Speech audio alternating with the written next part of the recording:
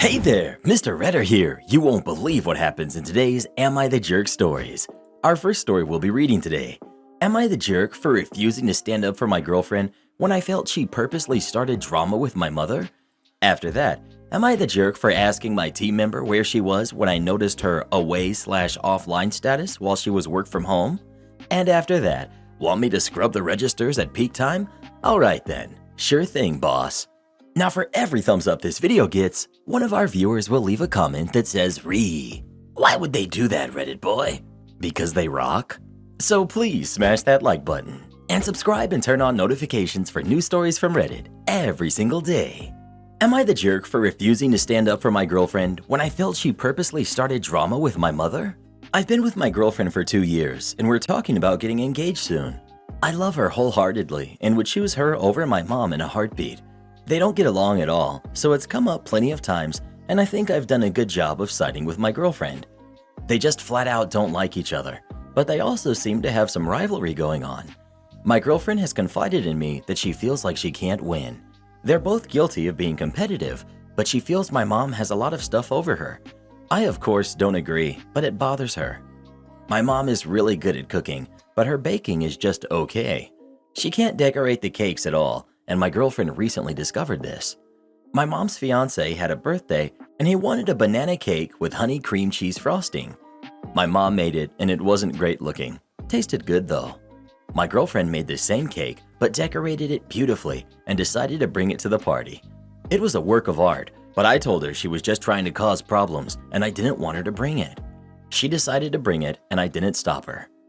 When we got there, my mom saw her cake and didn't look happy, but she didn't say anything. My mom's fiance just flat out refused to touch my girlfriend's cake. I think he told other guests to do the same because no one would eat it. I took a big piece and I praised it, but she was clearly upset. She went over and tried to pressure him to eat it, and honestly, he was pretty rude. He told her he sees through her. He isn't going to touch her cake, but if it makes her feel better because she found one thing that she's good at, then take the win. He thanked my mom for his cake, kissed her, and then told my girlfriend she was bothering him and to get out of his face. I didn't do anything in the moment.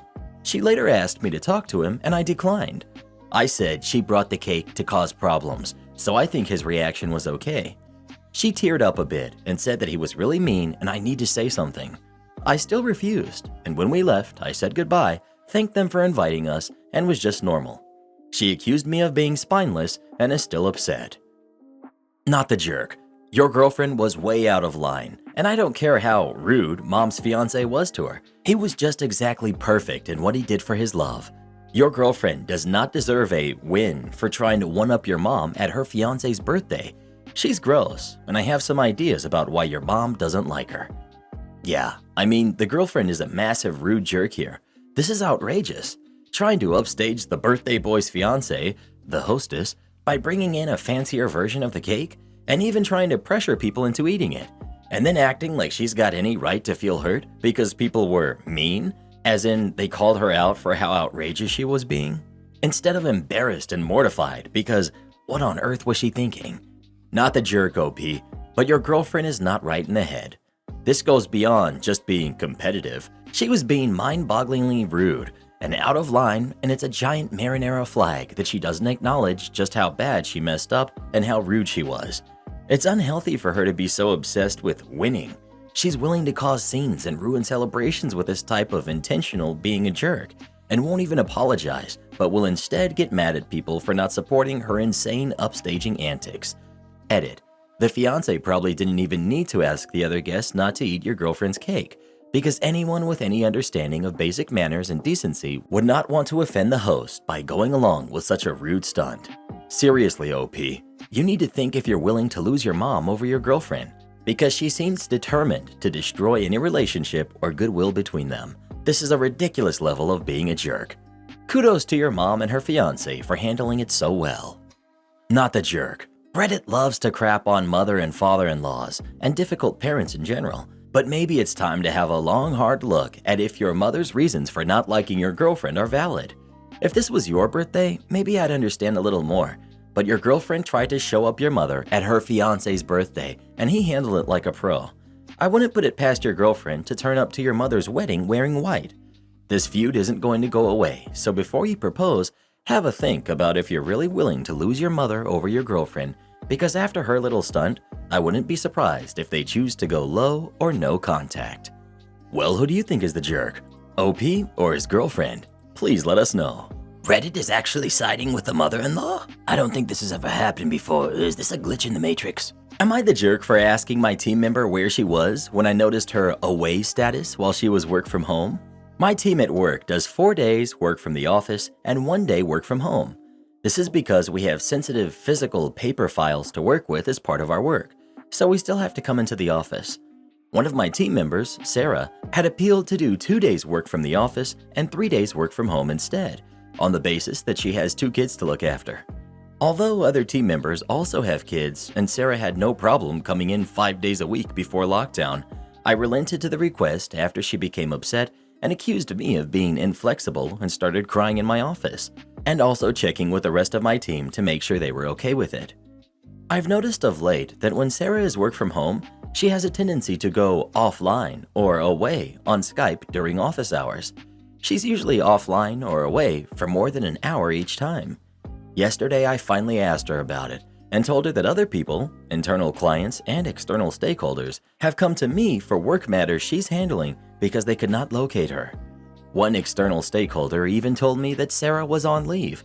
When I clarified that Sarah was not on leave, the stakeholder was bewildered. But she's been offline the whole morning.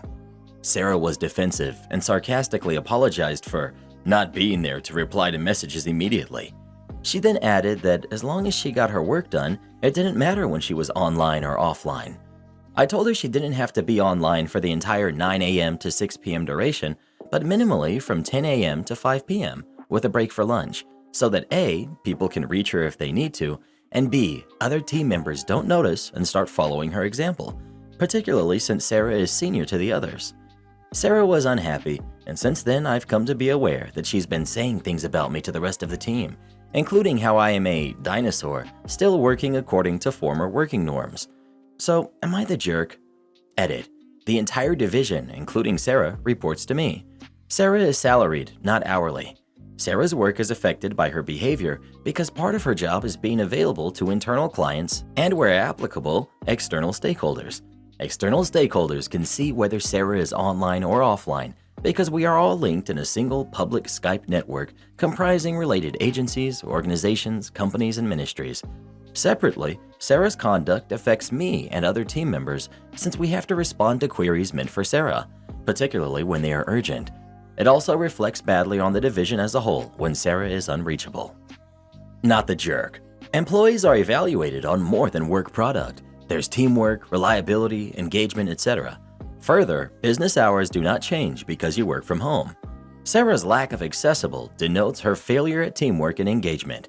People that think like she does are going to be sorely disappointed, outright upset, when they do not get a bonus or promotion or lateral move to a different position. If your coworkers and clients cannot access you during business hours, you're failing at your position. One question to consider: how much of the "I need to speak to this person now" is actually necessary? This description of immediate responses being needed from both internal and external stakeholders reminds me a lot of a previous company I worked for. They had built up a culture of always being available to reply, but it really wasn't necessary. It often put us behind because we were always working on immediate fires. It was distracting. Every time I needed to work on something that took any kind of creative brainpower, I'd be interrupted by "just a quick question" or "can't find this file, can you resend?" There are certain roles where being available for communication at all times is important, customer service, administrative assistance, but in most other roles, it's simply not. I'd love to see more managers reevaluating this need to be constantly connected. 100%. We have started to leave ours on invisible so clients do not know if we're online and get back to them within a business day, and not one has complained.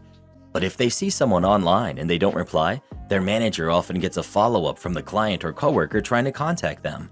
I'm much more productive when I can work on a file without interruption and schedule time to check and reply to messages, and within my team, we use a second chat platform for immediate requests and questions. Well, what do you think? Is OP the jerk or is Sarah? Please let us know. Don't worry, Sarah will get back to you as soon as she finishes the episode she's watching. Want me to scrub the registers at peak time? Alright then, sure thing, boss. I work in the store where you pay for a cart and the cashiers all sit. The store floors frequently get pretty dirty because, well, there's a lot of customers coming in and out, especially at the time this story happens. I'm doing some backstock when the manager on duty comes up to me and says, "Hey, store manager wants you to scrub produce and the register area." Keep in mind, our scrubber is a behemoth, loud, and can be difficult to maneuver. Not the best equipment to pull out at 5 p.m. on a Monday. Also, there are lines 8 to 10 people deep at both open registers. I point this out to the manager on duty, and she just shrugs, saying, Just get it done. "Okay then." I pull out the scrubber and happen to get a lucky break. Produce is empty, so it only takes me a couple of minutes. Now the registers, still crowded. I take the scrubber around the empty registers, feeling the glare of customers on my back. Whether it was from the noise or the wait, I don't know, and nor do I care. Now I'm left with the 2 jam-packed registers. There's no way I could ask people to wait a moment to let me through. They're already upset. I can see the manager coming, gesturing at me to get it done. So I do the most efficient thing I can think of. I go to the back of the line, shut down the scrubber, and wait. And wait, and wait. Customers are lining up behind me, and the cashiers are holding back a laugh as I creep closer. Finally, I'm next, and I run the scrubber through the registers.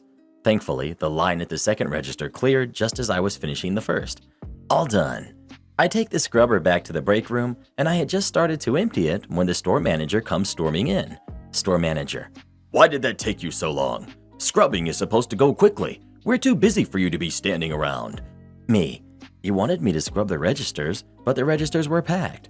I told manager on duty that it would take a while." "You weren't scrubbing. You were just standing in line." Me: "Yep, that was the best way to get through the line."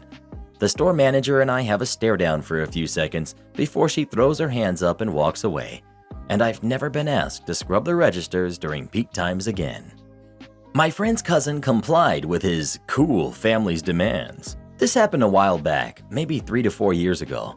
My college friend told me about how his cousin basically did over his family by moving out when they told him to. Note, to make it easier to follow, I'm gonna use fake names. Cousin is Jack, cousin's sister is Tina, cousin's parents Bob and Mary. So Jack is roughly 28 and still living with his parents, but he pays their bills, electric, water, internet, etc. And this is a big 2-story house, so the bills are big too. His sister, who's 24, had left the house by then and gotten married to a guy that makes good money. She had taken credit for paying the bills and convinced Bob and Mary to kick him out because he's a shut-in loser, because none of them understood his job. A bit of backstory on their parents. My friend tells me they're like those stereotypical teens in the cliché high school movies. Basically, they look down on nerds and think people who study hard are uncool, that type of thing. Anyway, they kept that mentality even after growing up and having kids, so they always looked down on Jack for being nerdy and favoritized Tina because she was pretty and popular in high school. But apparently, Jack didn't really care because his personal life had friends he cared about and he connected more with his relatives. So they all confront him, and after bad-mouthing him about how he stays in his room mostly and how his sister, her husband, and kid need the space, told him he has till the end of the month to leave. This was done close to the first week. Jack didn't say a word. He just nodded and left by the end of that week and moved 3 cities away to a city closer to his other relatives. 2 months go by and his sister calls him, asking why this month's bills weren't paid, as their lights and water had been shut off. He tells her that she should have paid them since she was allegedly paying them before. About a week goes by and he gets a call from his parents explaining how his sister confessed to everything and how he can come back and have his old room back so long as he kept helping them pay the bills. He refused, saying he's enjoying living by himself and how he can focus on his work more because he's away from them. Afterwards, he blocked their numbers and now they have to pay for it themselves. He doesn't know what happened after that because they're no longer invited to family gatherings. I'm the delivery guy, not a porch pirate. This just happened and I had to post it. My husband and I both work for Amazon Flex, which has freelance drivers deliver packages to different areas that are a little off the beaten path. This way, everyone, even those who live in tiny forgotten towns that are surrounded by cornfields, will get their packages in a timely manner. Today, my husband, who I'll refer to as husband, was doing a block in such an area. It's early in the day and the car is full of packages when he entered small town. It was the kind of place that had a post office, a gas station, an old mill, and a sheriff. It's the place where everyone knows everyone because they're all related by blood or marriage. So when husband starts making stops at houses in town in an unfamiliar car, everyone noticed. Husband doesn't even realize that he's being watched. It's just another stop on his delivery route. Then he goes to drop off a package at a house at the end of a dead-end road. He does the drop at the door, sends the notice to the customer that the package has arrived, and gets back in the car to go to the next stop. Except the road is now being blocked by a sheriff's car. Husband stops and sheriff approaches him, telling him that he had received some calls about him, a suspicious man that was going from house to house and had packages in his vehicle. Husband gives him his ID and tells him, "I work for Amazon. I just delivered a package to that house back there. These other packages are for other customers." Sheriff takes a look at husband's ID, then his phone to take a look at the app. Then sheriff looks at his own phone before going to the house husband just left to see if the package was there. Sheriff then looks past husband and sees someone watching them. Husband described the look sheriff gave the person as a mix of course, and "Are you messing with me?" Sheriff then tells husband that he had been accused of being a porch pirate before stomping past husband to scream at the person watching them. Sheriff apparently not only knew the person who called to report husband as a porch pirate, but the delivery husband had just done was to the sheriff at his house. Sheriff went off on the nosy neighbor about, don't they have anything better to do, wasting police time, and how, yes, he was sure that husband was telling the truth since he had received the delivery notice on his phone and the package was on his porch. Sheriff came back to husband, thanked him for his time, and sent him on his way. Husband was annoyed that he was held up for over 20 minutes, but I think this story was worth it. Cue the malicious compliance. I was reminded of this earlier today when waiting to pay for some shopping. I'll mention this happened in the UK, as we do like to queue and have a strong sense of fair play. I was in a budget supermarket, well known for its insane checkout speeds. Those who shop there regularly know that when there are more than 2 people waiting at each till, another till will be opened. I had just arrived at the checkout area and noted the queue lengths, so joined the back of the nearest queue with my basket. As expected, they announced a new till was opening and I began to make my way there. I reached it at the same time as a chap from the opposite end of the store who spotted I had far fewer items than he and graciously beckoned me ahead. As I thanked him, a rather entitled woman precariously carrying lots of items came storming up behind us both, pushed past him, and physically elbowed me out of the way, slamming her items on the belt in front of me. Barking that she was in a hurry, she glared at the cashier who had just arrived and still had to log on to the till, telling him to be quick. The cashier, the chap behind me, and I exchanged glances, but decided not to make a fuss. Clearly, the cashier wasn't moving fast enough for her, so she started fishing around in her purse to get her payment ready. Unfortunately, it was a case of too much haste, and she ended up with coins falling through her fingers and rolling around the floor.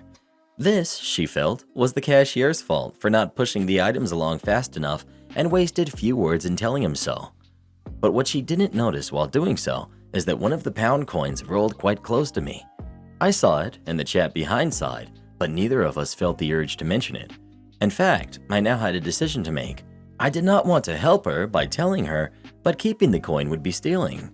Then it occurred to me what to do. I moved my foot in front so the coin was now completely hidden from her sight.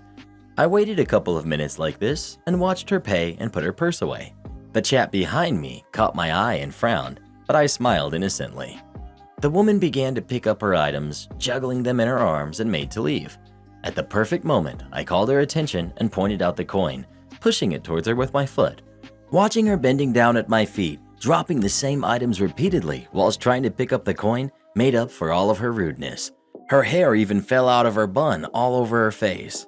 The cashier was so cheered up, he wished her a great day, and the man behind me laughed all the way through. The best part was that, although he knew exactly what I'd done, we just smiled at each other and left it at that. Told to come to drill weekend with pink eye? If you say so. National Guard.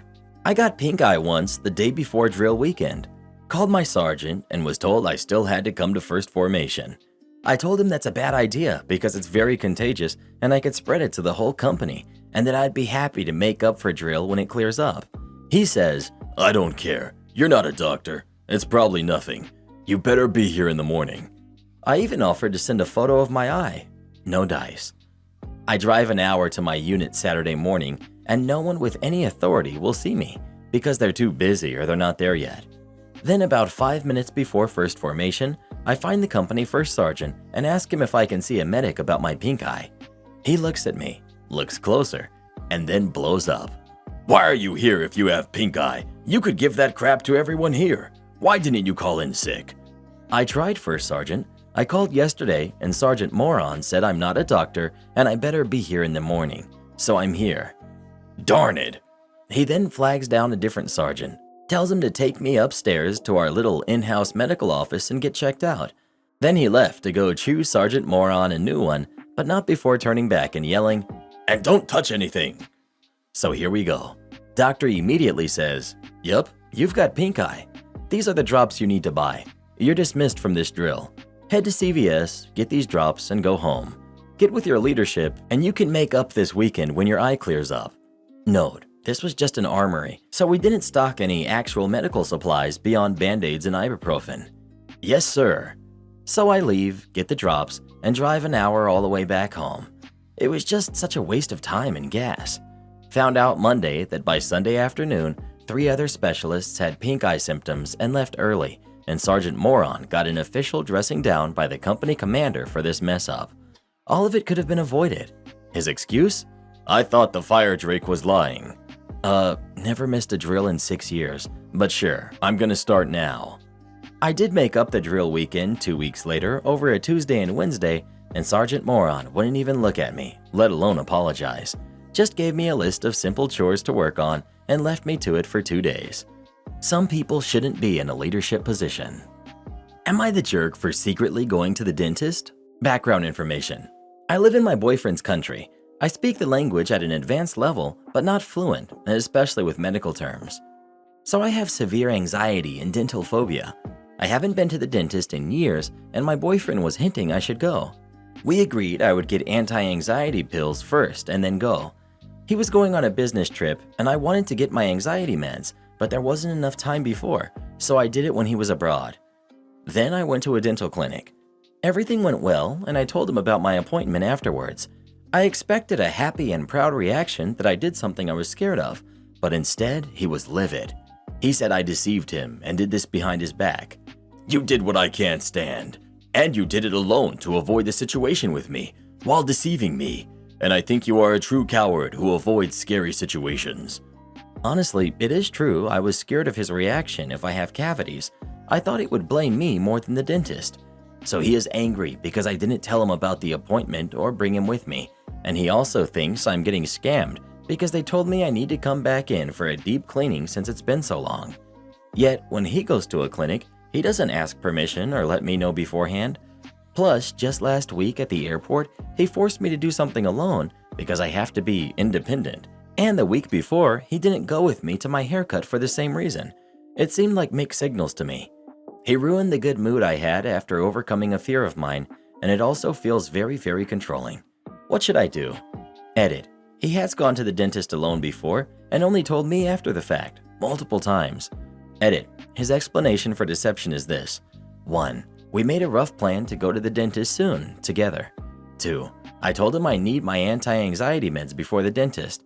Before he left, I said I want to refill them, but didn't explain I had booked a dentist appointment, because honestly I wasn't even sure I could go through with it. So I didn't explain to him why I wanted the meds. I just said I wanted to finish something on my to-do list, which was also true. Then when he was gone, I got my meds and went to the dentist myself, because originally I preferred that. So he says I wasn't transparent since I planned everything and only told him after. Not the jerk. And girl, there is so much marinara here. Dump this jerk ASAP. OP. We've been dating for 7 years. I don't know if this is enough to break up over, but I don't feel good. It's enough if you feel it's enough. Many controlling people don't start out that way, and then they start gaslighting you until you get to the point of questioning whether the things they are doing are really that bad. Soon you make excuses for them like, they are only angry because they love me, and they're just worried about me, so they don't want me to do, insert anything normal people do. From the little background info you've given me, this does not sound like a one-time thing. As mentioned above, you are surrounded by marinara. Not the jerk. The only person scamming you here is your boyfriend. You went to the dentist and he makes it all about him. Dump him like the cavity that he is. Well, how much marinara do you think boyfriend is showing? Please let us know. This boy's got more marinara than Papa John's. Did I do that right? I'm kind of new to this whole marinara thing. Am I the jerk for ordering for my sister's boyfriend while ordering all of the family-style plates at a restaurant? Last night, my parents asked to go out to dinner and offered to pay for everyone at a restaurant they wanted to share. They invited me, my husband, my sister, and her boyfriend. I'll call him Dave. My sister also invited a friend from work. This restaurant encourages family style, and that is what my parents wanted to pay for. Dave told the table that he would need a separate plate of noodles, pad thai, in addition to his share of the family-style plates. I started helping my mom build a list of dishes to order, and we asked everyone what they would like. Then I went over the list with everyone and asked if everyone was happy. My dad is nearly deaf, my mom can be shy, and my sister isn't very interested, so I would typically be the one to order in these scenarios. But I am never making decisions for other people, just collecting the list and ordering it. When the waitress came back, I told her the list of shared items, about 8 total, and also ordered the pad thai for Dave and clarified that it would be for him, not shared. She then asked him if he wanted to add a protein. Dave got super upset and started saying things like, "Wow, I really did not like that. Wow, this has never happened before. I have never had someone order for me. Wow, I really hated that. I'm going to have to process what just happened. Wow, I don't think I like that at all." What? I was kind of stunned. He was at the other end of the table and I didn't mean to upset him. I thought I was being nice by making sure his separate dish was ordered, and I didn't feel like I should be called out repeatedly in front of everyone. To be honest, I've been frustrated with Dave lately because he's living with my parents and my sister and he doesn't contribute financially. I thought it was a bit rude for him to insist that my parents buy an extra plate at a family-style dinner they were paying for. So adding on his very public outburst over me ordering for him has made me upset. I talked to my sister about how Dave's behavior last night made me frustrated, and she said I was being overly sensitive and that it was rude for me to order Dave's dish. Am I the jerk for ordering Dave's dish at the restaurant while I ordered for the table? Not the jerk. I think it's helpful when there are so many people to have one person do the ordering for the table. Next time say, "The gentleman over there would like to order something on a separate check." Not the jerk. Dave's a weirdo. Not the jerk. Table captain, carry on. It sounds like it was a large group of people, and if it was a family-style seating, I'd imagine the table was a little larger than normal. Pointing out to the waiter where the dish was to go is helpful. It ensures that the food gets placed with the person that will eat it. Otherwise, it's going to end up in your space, and then there's a juggle to get it to Dave. Serving is a dance, and you helped out. Well, who do you think is the jerk? OP or Dave? Please let us know. Why does there always have to be a Dave? Am I the jerk for refusing to babysit my step-siblings? I, 16 male, live mostly with my mom and see my dad every other weekend, per my choice. My dad is married to Shayna, and she has 3 kids who are under the age of 8. Shayna was recently diagnosed with cancer, and they started calling on me to babysit so she could rest, or babysit so she could go get treatment and stuff. I said no. I don't want to be stuck babysitting her kids all the time, and I don't really want to be part of their family. I was never super close to my dad, and I'm not close to Shayna or her kids either, and I don't really want to be. My dad's family don't accept his stepkids, so they won't help out, and Shayna has no family in the US anymore, so they've been pretty upset at me for not wanting to help them out. When I am with them for my dad's weekends, which I need to go to, the judge said in court, Mom needs to make sure I keep some relationship with my dad while I'm a minor, and even threatened to fine her because I asked if she'd be in trouble if I stopped seeing my dad. They will often get me to watch the kids, or it will be a big deal that I don't help them more. They also complain that I make it so obvious that I don't want to be with them. Shayna had a bad reaction to her treatment during the week, and I was asked to babysit Saturday so she could rest and maybe go to the ER if she got worse. When I didn't go, my dad blew up my phone, saying I was being a jerk, and how dare I treat one of my parents the way I'm treating Shayna. I told him he was hardly a parent to me, so he could buzz right off with saying Shayna is one of my parents. He said babysitting would be no big deal and would be a great chance for me and the kids to bond, that refusing to is abandoning them when they could use an older brother. Am I the jerk? Not the jerk, and here's why. You don't like the whole family, and you don't need to. These are not your kids or your siblings. You have no bond with them. They should pay a babysitter. You are their stepson, not a free babysitter, but it would be nice if you helped out once or twice, but not constantly. One wonders why the dad can't look after the kids to give his wife a rest. Edit. Childcare is the dad's responsibility, but he shouts at his kid for not doing it. This comment is not smug, nor does it insult the dad for no reason. It indicates mild skepticism based on the fact that the father is acting like a total jerk towards his kid. A father that is such a great father that his kid would prefer not to see him. Well, what would you do in this situation? Would you babysit your step-siblings or not? Please let us know. If I dislike them that much, no, I'm not doing anything for them. They can get over it. Karen demands my college fund. I, 19 female, have an aunt, Amy, who's 38, who I love and she loves me dearly. It's never been explicitly stated, but between my sister, Kim, who's 17, and myself, I'm the favorite niece. I didn't really notice until I was around my early teens, but whenever I had an event, my aunt would always try to be there, while she was never there for anything my sister did. I got nicer presents, and there are pictures of me in her house, and she texts and calls me regularly. She barely acknowledges my sister, and I never knew why. One of the reasons why it took so long for me to notice was because whenever someone would mention something about the different treatment, our mom would just brush it off, and since Amy was my paternal aunt, I just accepted it. Fast forward to now, and my mom sent me down and asked me if I would be willing to go to a less expensive school so I could have extra money to share with Kim. Aunt Amy set up a fund for me and my 2 cousins, but didn't have a dime for Kim. She did this with Kim looking at me for an answer and got upset that I didn't give a definite yes. She accused me of not caring about her, just like Aunt Amy, and is refusing to speak to me until I give her half of the money. I thought that this was wildly unfair and asked my parents why they didn't have their own fund for Kim since Aunt Amy was taking care of me. They said that they did, but it wasn't as much as what Aunt Amy had for me. She's a smart woman who makes a lot of money, and admitted that they had to dip into it to help pay for things when my dad wasn't working because of lockdown. I feel bad for Kim, but I don't want to sacrifice my future college experience for it. Am I really being so maliciously selfish? Support our channel by joining as a member today, and we'll give you a shout out in our next video. Or come watch this video next. You won't believe what Karen does in that one.